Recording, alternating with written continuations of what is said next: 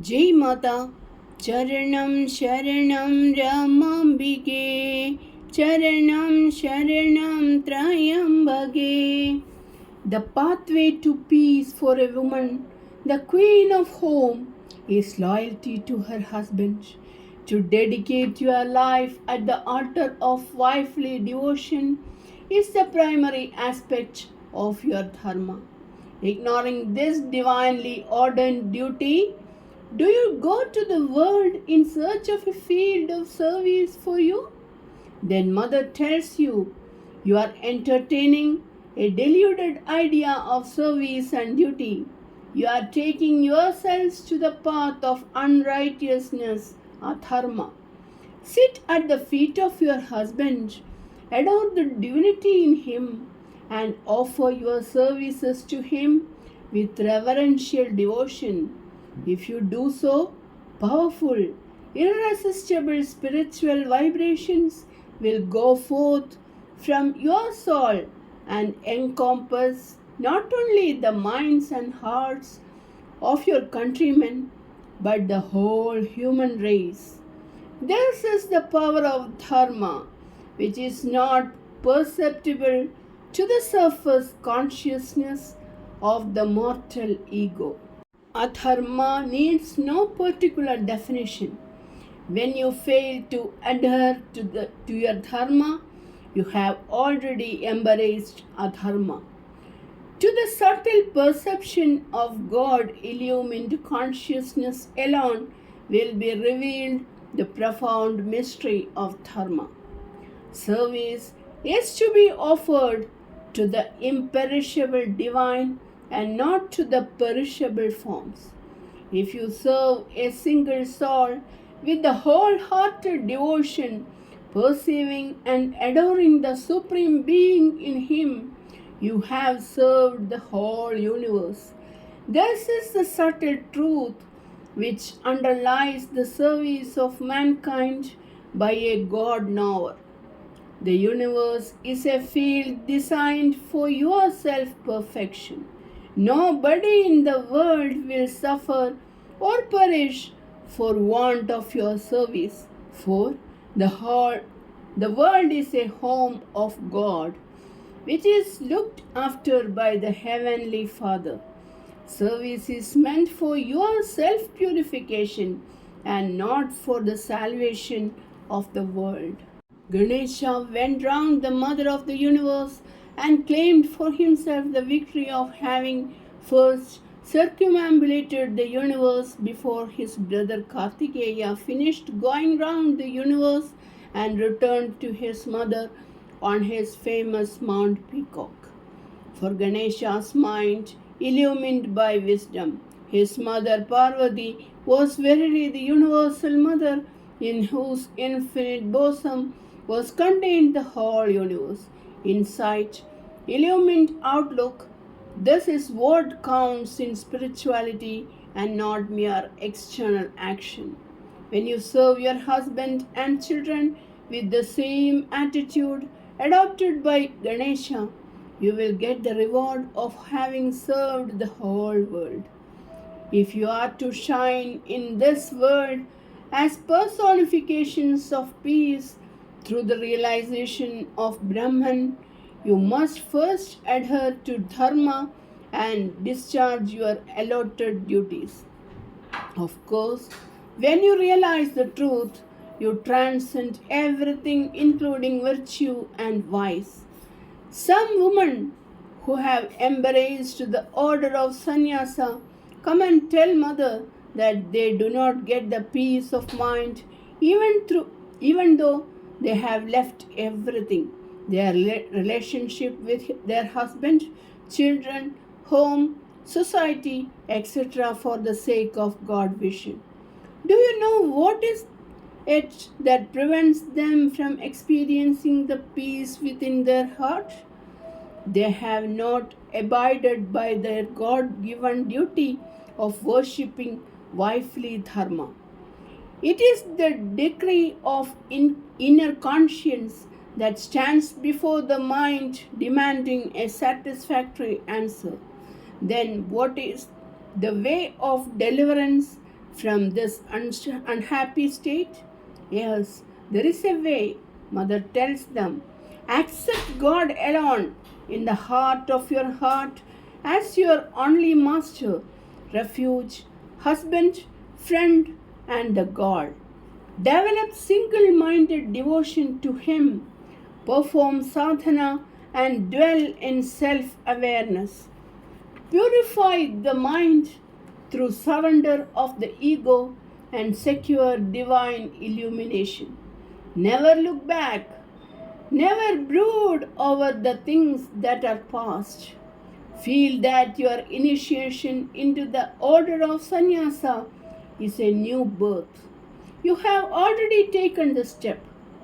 Now do not think whether you have done the right thing or not.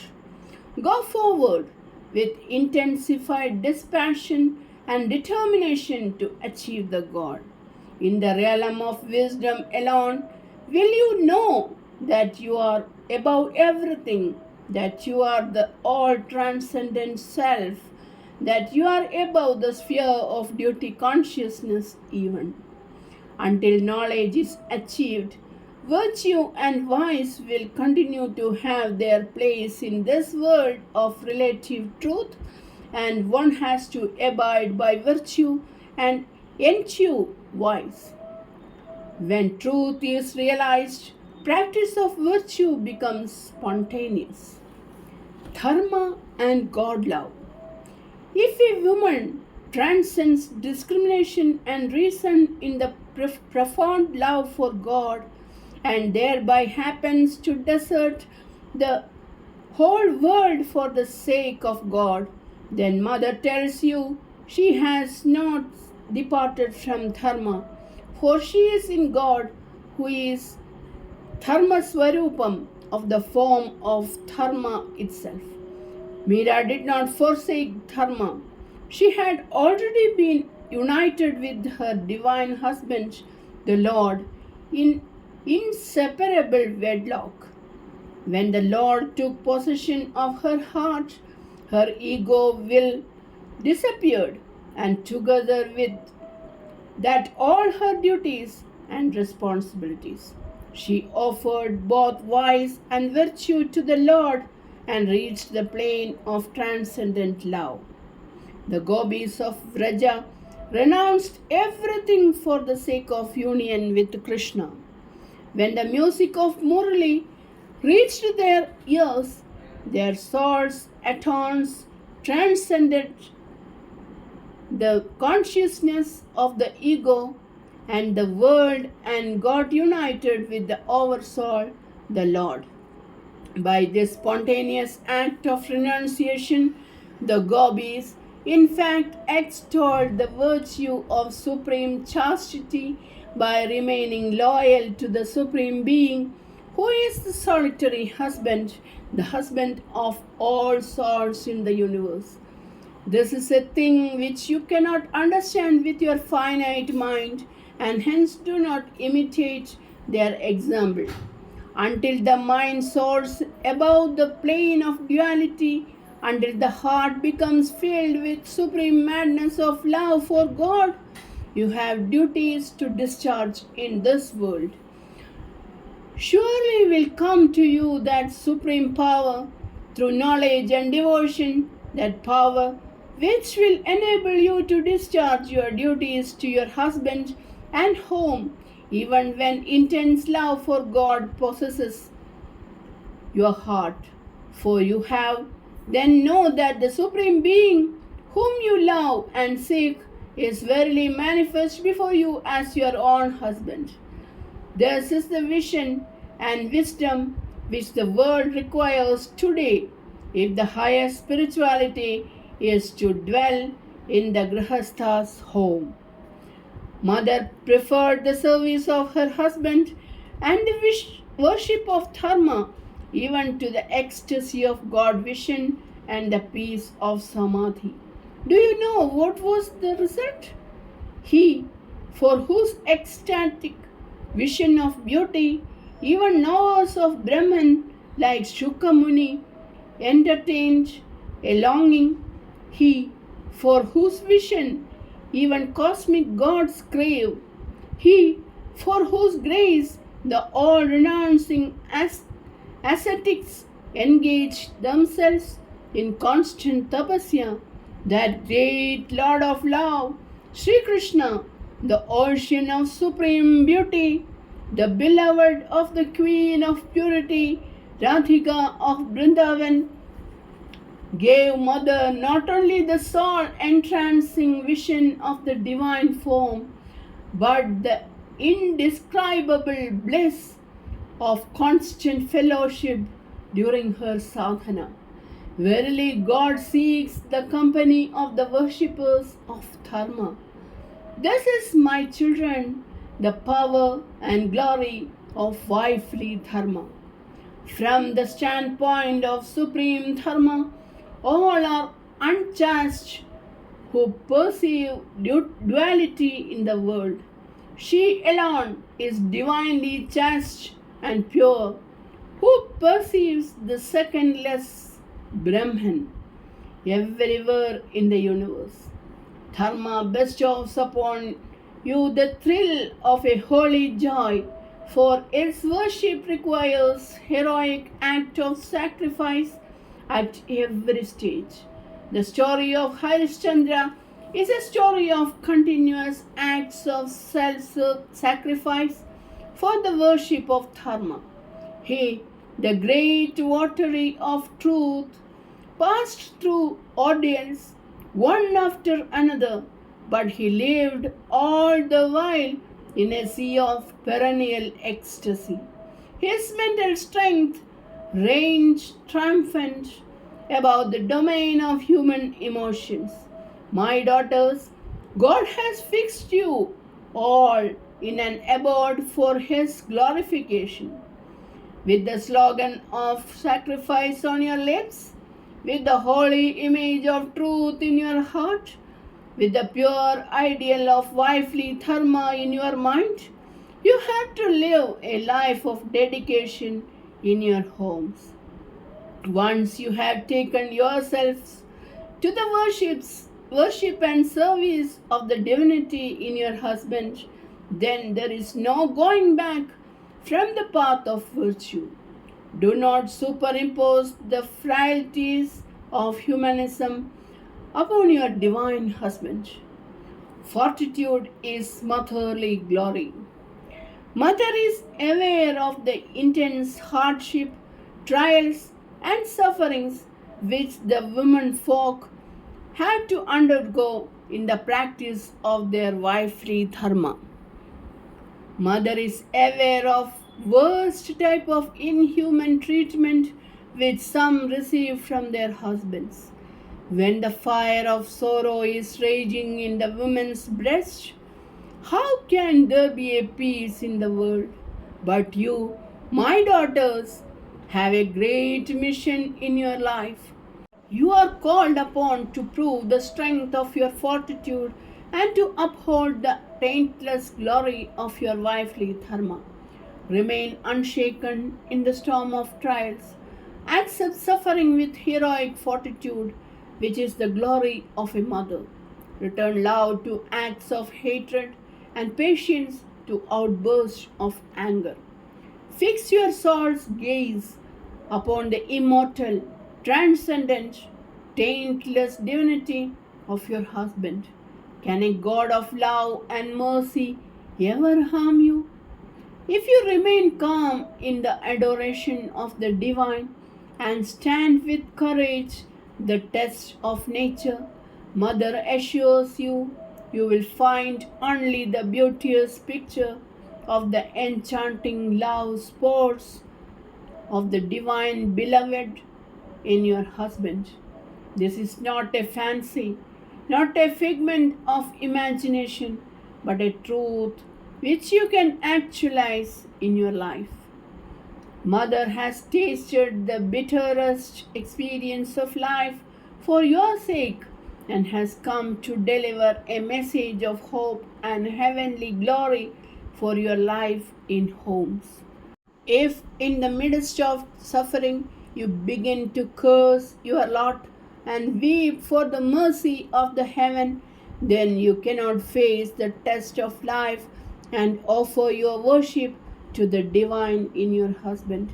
It is mother's wish that you, children, should acquire such a tremendous strength that even in the intensity of suffering, you should not know that you have any suffering, that even on the occasions of great sacrifice, you should not feel that you have made any sacrifice.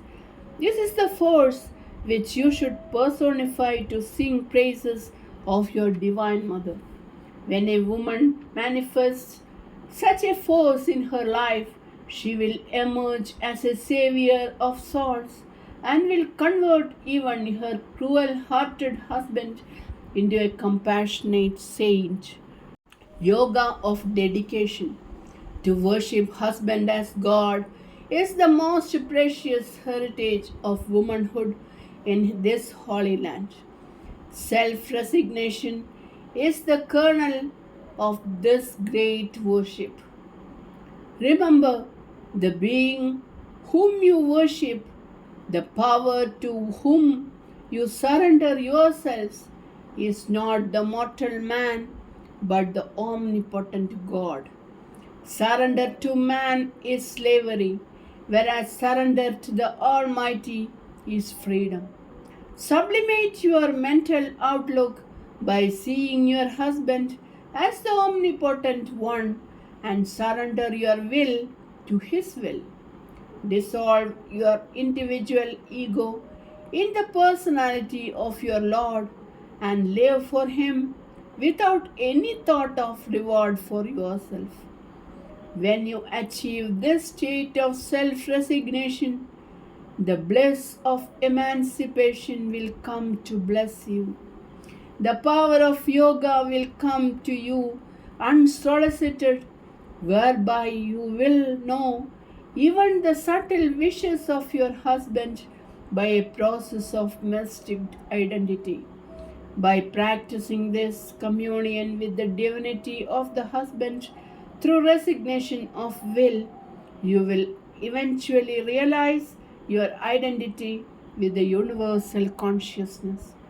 This is the yoga of a dedicated housewife, which sanctifies matrimony and home life on earth. When mother stepped into the wedded life, two resolutions arose in her mind almost spontaneously as she was entering the husband's home. One was that the significance and sanctity of Grihasthashramam will be revealed through a life devoted to truth. The other was that the immortal message of Dharma will be proclaimed to the whole world through a life dedicated at the altar of devotion to husband. It is mother's wish that you disciples, initiated into the spiritual truth of yourself, should become pure instruments so that these two resolutions of mother will be worked out in your lives also. Truth and virtue. The life devoted to truth should have as its aim the noblest goal of God realization. Then only your life becomes sanctified in truth. This naturally brings the necessity of spiritual discipline, sadhana. The quest of truth and abidance in dharma should be both the two outstanding features of your life at home. You must always bear in mind that foundational to practice of dharma is consciousness and devotion to truth. If you remember God's omnipresence and having an abiding faith in His reality, it is sure that you cannot give up virtuous conduct. This is the reason why Mother has first initiated you into the highest truth and shown you the path of inward meditation. Every woman abides in dharma if she remains loyal to her husband, if she dedicates her life to his service, if she has no goal to attain than living for her husband's sake. This wholehearted adherence to Dharma itself will not doubt purify her mind and deliver her from the bondage of samsara, even if she has not been initiated into the Vedic wisdom, even if she has not performed the sadhana of popular conception, namely meditation. But do you know what is the reason for this unique attainment? For such a woman who has given herself wholly to the worship of Dharma, Dharma itself becomes the refuge. For her husband himself is the Guru. His word is the Sree. Constant remembrance of his welfare is meditation. Love and devotion to him is bhakti. Service rendered to him is the worship. Dedication of life at his feet is surrender. Renunciation of will is union, yoga, and complete cessation of all desires, including desire for personal liberation, is the great deliverance, moksha. Who else can be a greater ascetic than her? Who else can be a greater devotee than her? Who else can be a greater siddha than her? This is the summit of perfection to which Dharma is capable of taking you. But this type of wifely devotion, in which even the desire for emancipation is extinct, is indeed very rare.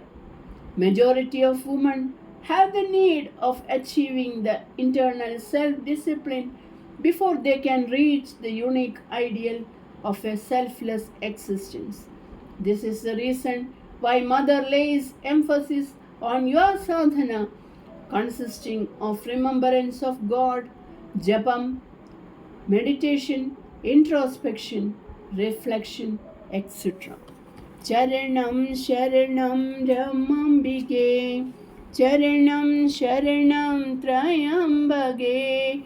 Jai Mata.